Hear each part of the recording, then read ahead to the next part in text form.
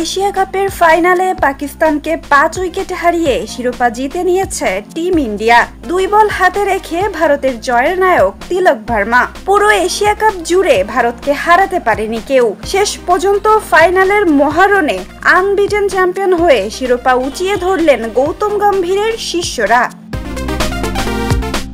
এদিন টসে জিতে শুরুতে বোলিং করার সিদ্ধান্ত নেয় ভারতের অধিনায়ক সূর্য কুমার যাদব। ব্যাটিংয়ে নেমে শুরুটা ভালোই করে পাকিস্তান। পাওয়ার প্লেতে 45 রান তোলেন 2 ওপেনার।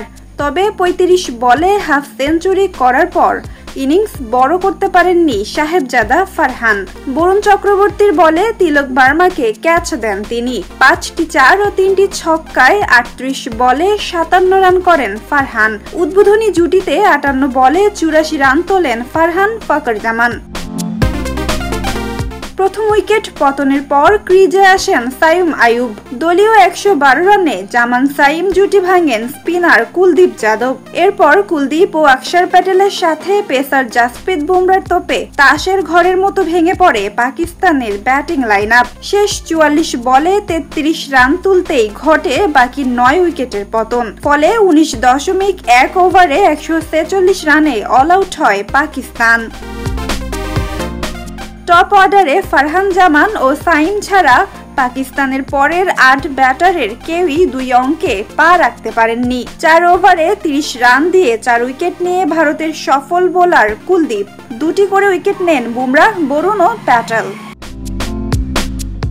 পাকিস্তানের দেওয়া মাঝারি লক্ষ্য তাড়া করতে নেমে শুরুতেই বিপর্যয়ে পড়ে ভারত। 10 রানের মধ্যেই 2 উইকেট হারায় তারা। পাওয়ার প্লে শেষে তাদের সংগ্রহ দাঁড়ায় 3 উইকেট হারিয়ে মাত্র 36 রান। চতুর্থ উইকেটে সঞ্জু স্যামসন ও তিলক ভার্মার 57 রানের জুটি ভাঙেন আবরার আহমেদ।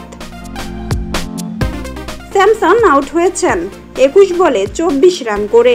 এরপর দেখে শুনে খেলে ভারতকে স্বস্তির জয়ের দ্বার প্রান্তে নিয়ে যান তিলক ও শিবম দুবে। শেষ দিকে 22 বলে 33 রান করে ফিরলেও ভারতকে জিতিয়ে মাঠ ছেড়েছেন তিলক। তিনি খেলেন 53 বলে 69 রানের অপরাজিত ইনিংস। পাকিস্তানের হয়ে 3টি উইকেট শিকার করেন ফাহিম আশরাফ।